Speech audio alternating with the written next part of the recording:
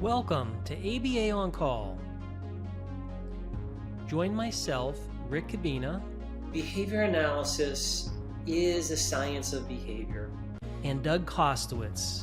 I wanted to let you all know that this episode will not have a CEU attached to it.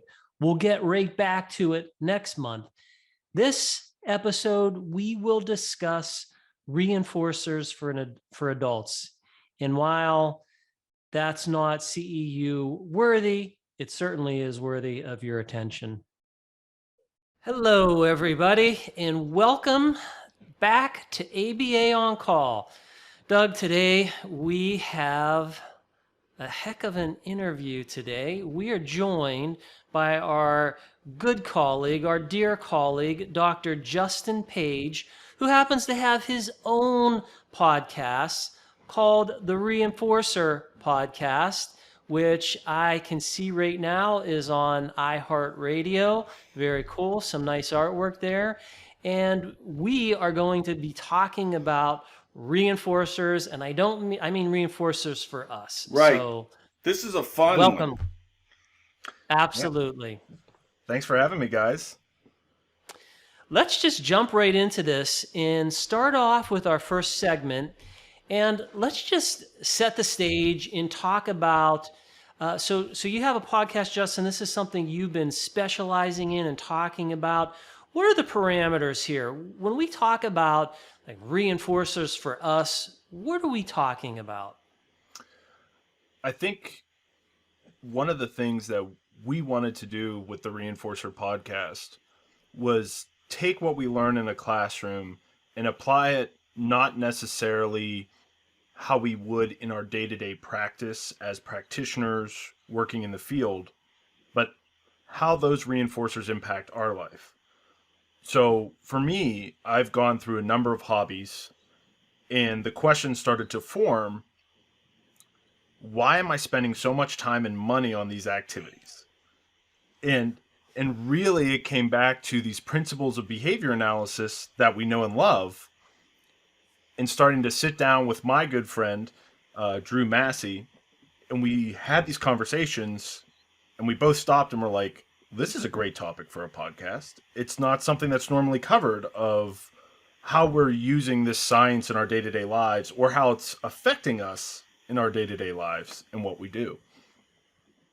I think that's so important. We spend so much time as behavior analysts, practitioners. We're always worried about helping others. And I think we forget to look at what we can do to help ourselves. So I think that's a very admirable topic. And I could see why it's a fun topic to talk about weekly, monthly, yearly. Monthly, yeah. We had a really strong run at the beginning, and then life and work picked up. So we went on a small hiatus, but we're excited to be coming back together. And this month we're going to be talking again about March Madness, basketball, and we're going to sprinkle a little bit more ABA this year into our discussions, because we had some really good feedback from our listeners that they liked more of the science heavy topics mixed with the fun talk that we had on reinforcers. Some of your listeners may know that both of you have been on the show, and those were some of my favorite interviews we did, because I got to talk about things that I like and that you guys like. So just a great conversation about magic and comics, which are two of my favorite hobbies. I sense some foreshadowing here. Yeah, I was just going to say, we will be talking about those today. So you, in your podcast, and even more generally, I guess, what are, there's a range of things we could talk about. When we're talking about reinforcers, and this is, as humans, something that we can all relate to, because we all have reinforcers. Like, everybody does. This is just part of life. And, what are some of those what's the range of things we can talk about? I mean, we said a couple things. We said comics, magic, sports. What else fits in under this umbrella? I think one of the things that I really enjoy has been painting. So I play miniature games. Many people are familiar with Dungeons and Dragons. I play that game. I have a group that plays that game that I'm a part of. We meet about monthly. So shout out to those guys if they're listening today. I also play a game called Warhammer, which is very similar to D&D, but instead of a narrative-driven one-on-one role-playing aspect, it's a mini war game. So there's a number of miniatures and models that you will build and then paint. So painting for me is something that at first was extremely aversive. It took a lot of time and pairing to get to that point where I could sit down and paint for a few hours and then present a finished model and someone goes, oh, wow, that's really great. And so I get that nice verbal praise pairing with the painting, and boom, all of a sudden, painting becomes more of a hobby now. And to think of it that way, it's very interesting. When I listen to other hobby podcasts, they talk about do an hour of painting a night, even if you hate it. And so they try to add a behavioral language there, but they're lacking the science. And I thought, well, wouldn't that be cool if we added that layer in, right? I know why I don't like painting. It's aversive, it takes time, there's a lot of response effort. However, over time, posting pictures on the internet, using social media, getting praise and feedback, a finished product, putting it on the table with my friends, and then picking up the model. Wow, that's excellent. How long did that take? And just me, myself, visually, a model looking very pretty or matching the artwork that I'm copying. It builds this reinforcement, and we use that science to break that down. Of it didn't all of a sudden magically happen where I loved painting overnight. This was a process. It was a science. I think that's really great to consider when you think about painting and all the other things that we can do. I was listening to a podcast the other day, and they were talking about gaming, and they were talking about sports. And one of the hosts said, if you combine basketball, football, soccer, hockey, you know what eclipses all of those? Esports. Worldwide, there are so many people that are involved in, I personally know I have a number of graduate students that have been and are gamers. I used to be a gamer. I don't know if you would consider a gamer being on Apple Arcade and playing Plants Sure. vs. Zombies. Sure. Then I'm still a gamer because Right. I'll occasionally do that. But I think many people now can probably relate to gaming as that is something that has become way more organized and just super popular. Absolutely. And looking at some of the games that are out there, looking at like World of Warcraft, I remember in my master's program, I did a paper on what was kind of in the media at that time. This is probably circa like 2011, 2012, of video game addiction. And what does that mean to be addicted to a video game? And looking at these big popular games, again, World of Warcraft, Destiny, those online games, and through a behavioral lens, looking at it as schedules of reinforcement that are overlapping. You have loot drops and items you can obtain. You have the social aspects where your friends can come on. You have just the unconditioned reinforcers of light, sounds that these programmers put in. And a lot of times I question, do they know what they're doing? Is this a thought out process, or are they just kind of, we're going to throw it and stick it to a wall and see how well this works out and then patch it later, right? I'm still an avid gamer. I don't play as many games anymore than I used to with having a family and jobs, right? Unfortunately. But I tend to go to one game, and I've been playing the same game for 4 or 5 years now. And I just rack up hours, and you sit there and go, wow, I haven't satiated on that game yet. I'm still being reinforced. It's very interesting to peel back our own behavior and look at that of why is this maintaining so long? But I love the idea of video games and how much that supports reinforcement and how they use it. I want to go back to something you said, and I thought was very interesting. So a hobby you had was painting, and that was a component within a larger hobby that you otherwise enjoyed, but you didn't like that component, so you had to push yourself on that component. I feel like sometimes we don't understand and realize that to gain more enjoyment out of our hobbies, we may have to push through and learn some new skills. And I look at, you mentioned video games. I used to play and still do play video games, but there's those harder levels, right? And they're tedious, but we stay with it because in the overall, we want to win. So that means it's really interesting to see that we can persevere through certain situations, or in your case, I'm just going to keep doing it until that meets with reinforcement and build that skill. And then my overall value of this hobby has increased. And sometimes we don't realize that, and that can keep us hooked forever, like you mentioned. And I think too, again, going to that next level, how much of like matching law applies there, of the proportion of my behavior going into painting versus playing games versus building models versus how does that spread out? We could sit and have a whole discussion about that, which I think is brilliant. But I think it's also really hard to go into our literature right now. There's no studies on that I know of, right? We have that concept of matching law. It's been applied to some wonderful sports science and health and fitness and a number of other in the schools and things like that. But it would be really interesting to take that and apply it and produce that kind of research. I find that very interesting. You know, I'd like to point out that there are people who do game design, and like game design is a huge area where many people are looking at, you know, what are the fundamentals of game design? You know, you're playing something, you're in this recreational activity, but there's different states. You know, there's states of losing, there's states of goals, there's states of winning.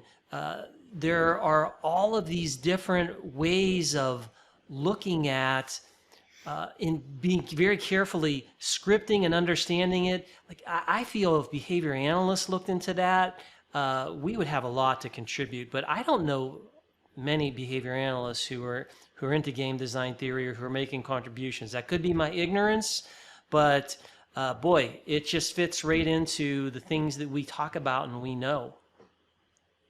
In this segment, we are going to talk about something near and dear to my heart, which is very specific. Let's call it comic culture.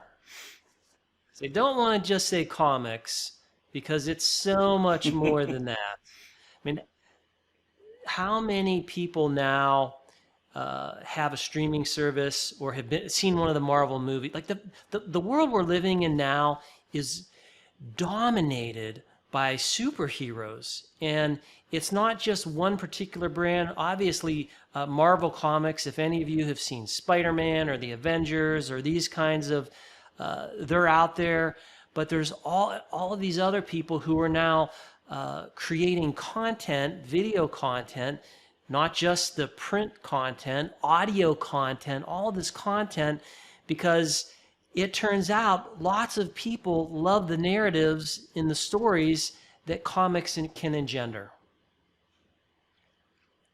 Yeah, we've seen an explosion in that culture around comic books, both in the form of movies, obviously, TV shows, but also going back to those wonderful old days of just print comics, right? And Rick, I know when we had you on our podcast, we had a 3-hour discussion about this. and then when we were done recording, we probably had another hour after. So there's so much to talk about. And for me, comic books, that was how I learned how to read, because I found that much more reinforcing than just opening a book with words, were these heroes that I had, these pictures, and it paired really well with the reading so that I could understand the story better. And comic books is something, and I know we talked about this, Rick, already, but when I was in that culture, and I know you are too, buying the new comics, finding your favorite series, going to, I want to say conferences, but that's not the right word. Conventions. Conventions, that's the correct word. Dressing up and doing cosplay. getting those signatures, taking pictures. There's so much fun to be had around these. And it's such an easy jump off point. I actually have one of my comics. I have it to the side here. Rick, I think you'll appreciate this. This is the first Destroyer with Thor here. And so collecting comics, not so much to read that one, but just to put on the shelf, right? Why is that reinforcing? I haven't even opened it since I bought that. It just sits on my shelf so I can stare at it and go, oh, I have that one. There's so much fun to be had here, right? That's funny you show that, because I will now engage in lots of auction behavior where I will buy comics, and the collecting part of it is a wonderfully reinforcing activity. Like, I just recently got the Tomb of Dracula #1, and these comics, it's hard to actually put your finger on exactly why you like it. Like you, I started off, like, I remember I was a child of the 70s, and like, I didn't know the difference between DC and Marvel, but I remember Shazam, or Captain Marvel, and he had this red cape, these yellow colors, and it just appealed to me. And I liked the fact that he had Superman-like qualities.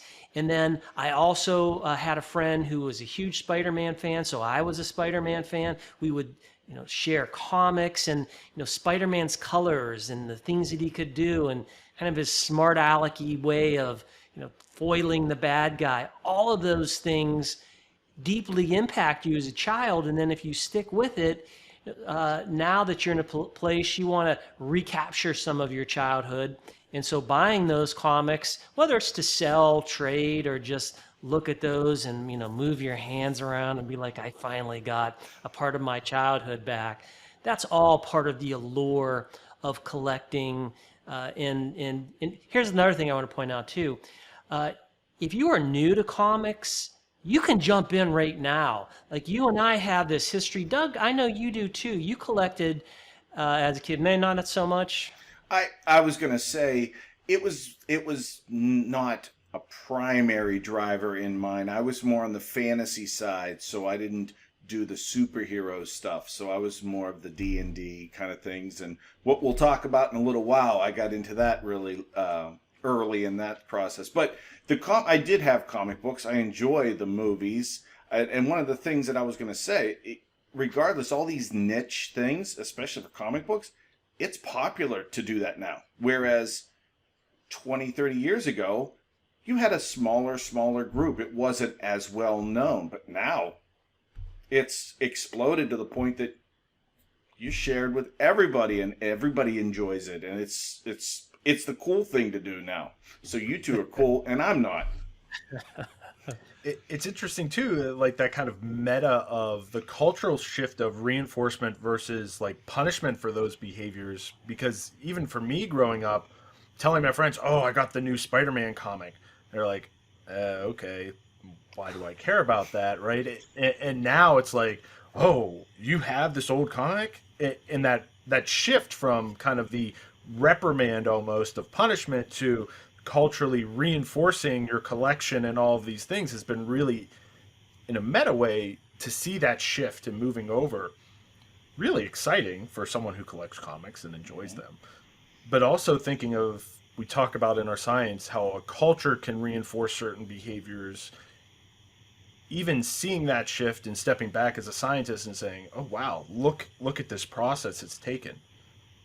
And then, go ahead, Rick, please. No, I was just going to say, that is such a good comment that you just made.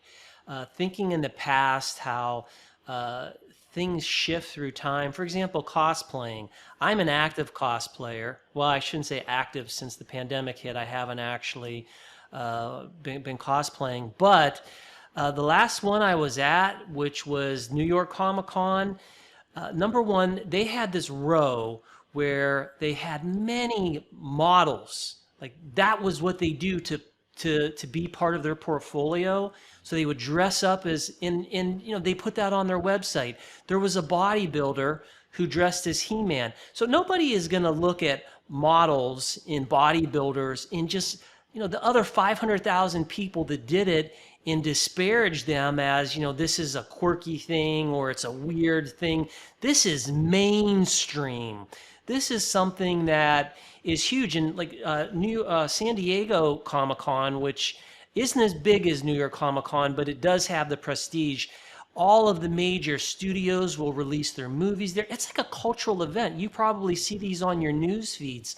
So that shifting of where we are as a society and now how open it is remarkable to watch.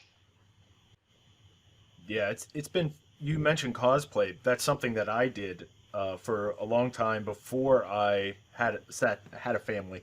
And that was just a lot of fun because with my size at 6'7", I love dressing up as villains because just my presence and then putting on, large boots to give me an extra 2 or 3 inches, and I'm pushing 7 foot walking in dressed as Dr. Doom.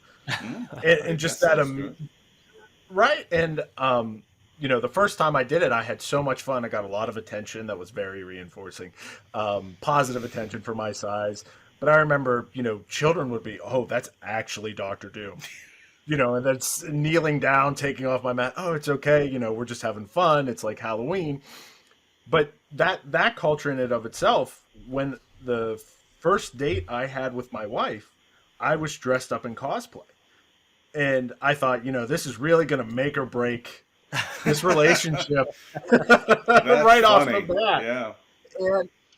And to this day, she said, I didn't know what to think when I saw that, but I had so much fun with you. And that's what it's all about. It may look kind of odd, especially if you don't grow up in that kind of culture or reinforcing space, but it's really just about having fun, getting that kind of respondent piece of enjoyment, right? The nice release of neurotransmitters to make you feel joy.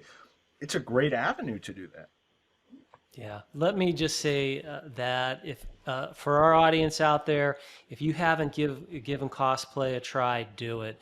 I was just at a school yesterday talking to a teacher I'm going to be doing a research study with, and she was telling me how she's going with her boyfriend to dress up in Star Wars cosplay. It's like a Star Wars event, and she's not necessarily into Star Wars, but she's willing to give it a try. And I think if you do that, you might find those reinforcers because it's great. We love attention. And if you dress up as something that's cool that people like, people are going to be taking your picture. You'll feel like you're a celebrity, and that's very reinforcing. Absolutely. Absolutely it is. Well, this last segment, I feel I'm going to take a little back seat here because our guest and my faithful co-host here, they are incredibly passionate about magic. And maybe you could start off explaining to the audience, and I won't say all of these things that we talk about are niche, and they might seem a little bit like if you're not in there and you don't know it, you don't understand what the big thing is about. So could you just start off explaining what is magic? Sure, I'll be glad to do that. I was going to do that anyway, so that's a perfect segue. So, a little bit of background. How I got to magic was I was, as I mentioned, more of a fantasy person. So I like Dungeons and Dragons, swords and sorcerers and dragons, etc. But I was also really into competitive gaming. Not so much the role-playing aspect, not so much the cosplay, but I like the gaming aspect. And so magic in 93 and 94, I got into it in about 95, I think. But this game was introduced, and it's basically a collectible card game that you're a wizard, that's the idea here, or a planeswalker, and you build your deck of cards, and you cast spells and have monsters, and your goal is to basically kill the other wizard. And you could play this with groups, so you could have maybe 3 or 4 or 5 people playing. You could play head-to-head. Now you can play online. And this is a fun game, but it also, as we've seen in other things, have become fairly collectible. You may have heard of cards such as like the Black Lotus, and these cards are selling in certain conditions for hundreds of thousands of dollars or more. And I started playing this game, as I said, in 95. I stopped in 99. And then, unlike with the family, my son got me back into it. Came and asked me one day and said, "Hey, Dad, these kids at summer camp are playing this game Magic. Have you ever heard of it?" And I stopped and I went, "Hold on a second." And I ran and I found all my boxes of cards. His eyes lit up. And I come to find out, and I just got re-engaged with it. And then I dragged Justin back down with me. He started early, and then I got him back in, and he found a group. But the aspect of play is one thing. You can build decks because there's thousands, tens of thousands of cards and combinations. You can build the decks, but you can also, I come to find out, some of my cards that I just found in packs in the 90s are worth thousands of dollars now. And I'm just like, wow. So then you've got this, and there's a whole world within this. There's the collectible side, there's the play side, there's content. So it's no longer niche. But it is different than comics because I don't think it's as expansive. It doesn't have the movies. I know there is a series coming out on Netflix. So tell me a little bit about Magic, Justin, since I gave the basic intro. What brings you to Magic, and why do you like it? Yeah. So for me, very similar to you, it started with my friends. And I found these cards. And again, the visual appeal of the cards, the artwork, fantasy. Again, I play Warhammer, as you can see by my nice shirt I wore today. Thumbs up. Yeah. Your host here told me that everyone would be dressing in their favorite things, and then I'm the only one that shows up. What's to say my favorite thing isn't a button-down shirt? You don't know that. That's right, a blue.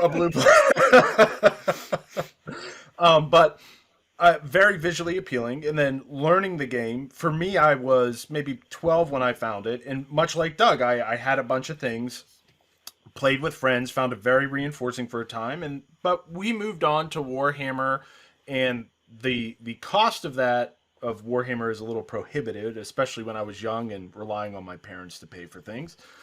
So I moved quickly out of Magic so I could play the new thing that I really enjoyed. So the reinforcement level kind of dropped, and we saw me go where I found more reinforcement there. And then, of course, I bumped back into Doug, met him a few times at ABAI, and we realized we had a bunch of connections. We've graduated from similar places, had a professor that kind of kicked off our ABA career together, and we live close by. And he's like, "Hey, why don't you come play Magic?" And the thing was, I haven't played Magic in forever. And he said, "Listen, here you go. Try it out." So I knew enough that I went back in and I said, "I think I'll like this." And then, of course, I had a wonderful time socially reinforced with Doug and his group that he plays with. I didn't win. But I had enough. Yeah, but I had enough fun, right? And I had those other reinforcers propping it up that I said, "Hey, this is worthwhile of my time and money to start back in." And one of the things that I did is I have used behavioral skills training to teach my wife and then my co-host Drew how to play Magic. And so my wife got into Magic. And so she wanted cards, the collectible aspect, and coming together and playing. Cool. What is the relation with, you're talking about physical cards. Are there any online activities? So they've played around with some different things regarding online. There was a very old program that's you can still play and collect, and these cards are worth money. It's called Magic the Gathering Online, but it's an old interface, but people can play all the forms, and the cards actually have value if you collect them. And I think if you collect an entire set, you can submit that and get the actual physical card sent to you. But they've more recently, in the last few years, added sort of more of a it's called Magic the Gathering Arena, and it has the exact steps of every good game design. It takes you through step by step. It gives you guided practice. It gives you errorless learning. And then it just starts you on this path of knowing how to play. Then it advances into more difficult skills, And then what you're left with is, can you expand your knowledge of the card base so that you can interact not just with your deck, but understanding what might be coming at you in gameplays, because there's really cool styles that people can play, but then those styles predict the type of spells and cards you're going to play.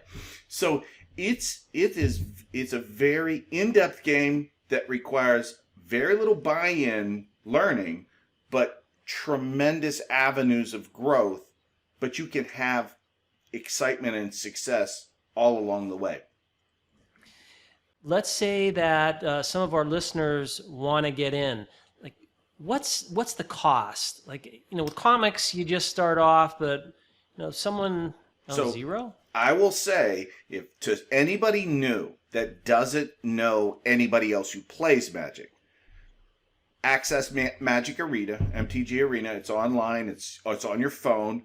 It costs nothing to play. You'll get cards as you go through, and you can begin to establish your deck. As you meet goals, you'll get wild cards, you'll get more cards.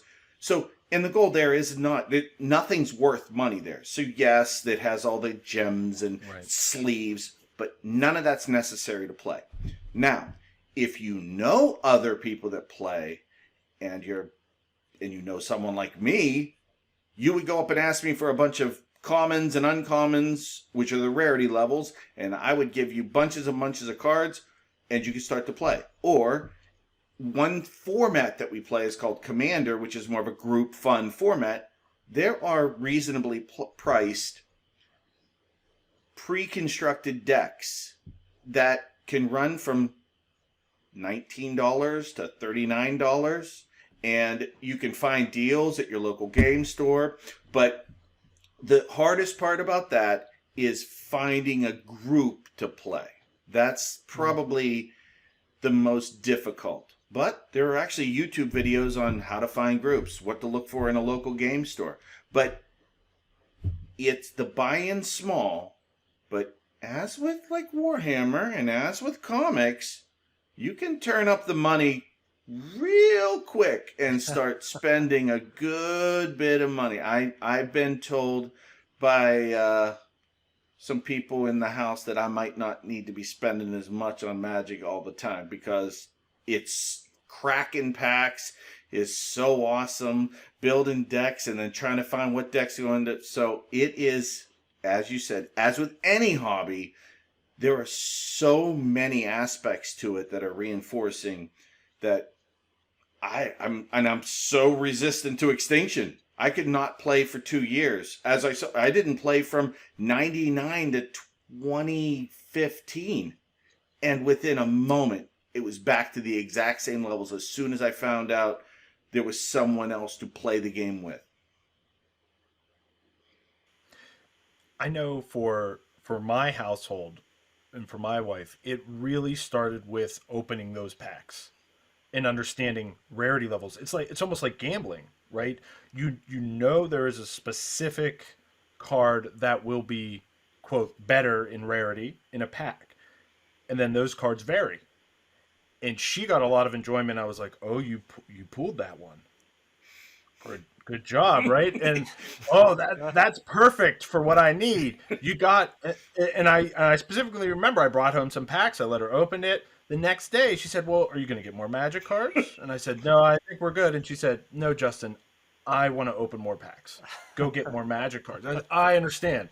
And so it was very kind of easy to start that pairing and then build up to, let's play a game now that we have cards. Mm-hmm. Let's see what you like. Is there a type that you like? She really thought dragons were cool. Okay, so we can make a whole theme about dragons. You know, she liked the vampires, which was in a set that recently came out. Hey, well, they have a pre-constructed vampire deck. Let's just get that and see if you enjoy it. And some things she's really liked, and so we'll go find more cards. And other things, we play it, and that's great. And then we leave it alone. And for example, sometimes the set themes can be reinforcing. It's almost like a derived relation in a stimulus equivalence class, right? You like horror or aspects, some type of visual, for example, the vampires, And now that there's a card, there's a deck, and these themes in the deck that let you make tokens that look like blood, that let you do more things and be better at the game, all of a sudden, that's extremely reinforcing because we have that reinforcement history from something else. I'm going to make a prediction. They're coming out with a Warhammer 40K Commander deck list. Would somebody on this podcast potentially be buying all those decks? Potentially, yes. There is a very high likelihood that that is going to happen. My wife saw that on some internet thing she read, and she said, "You're probably going to buy all of those, aren't you?" And I said, I'm the probably budget going has to buy all started those, to yeah. prepare. Yes. And reasonably, what will happen, just to put this in number form, when those 4 or 5 decks come out, you can find them on Amazon total for all of them together, $120, which comes down to like $20, $30 a deck. So when we say this deck list, it's not the big rare buy-in. You can buy those cards. There are cards, like I said, you can buy, but you get tons. You could get all this playability, and we take good care of them. Just so you showed that that Thor, you got it all wrapped up. Well, every one of my cards, if it's worth a penny or if it's worth $50, they're in sleeves, so they don't get ruined, so they still have value.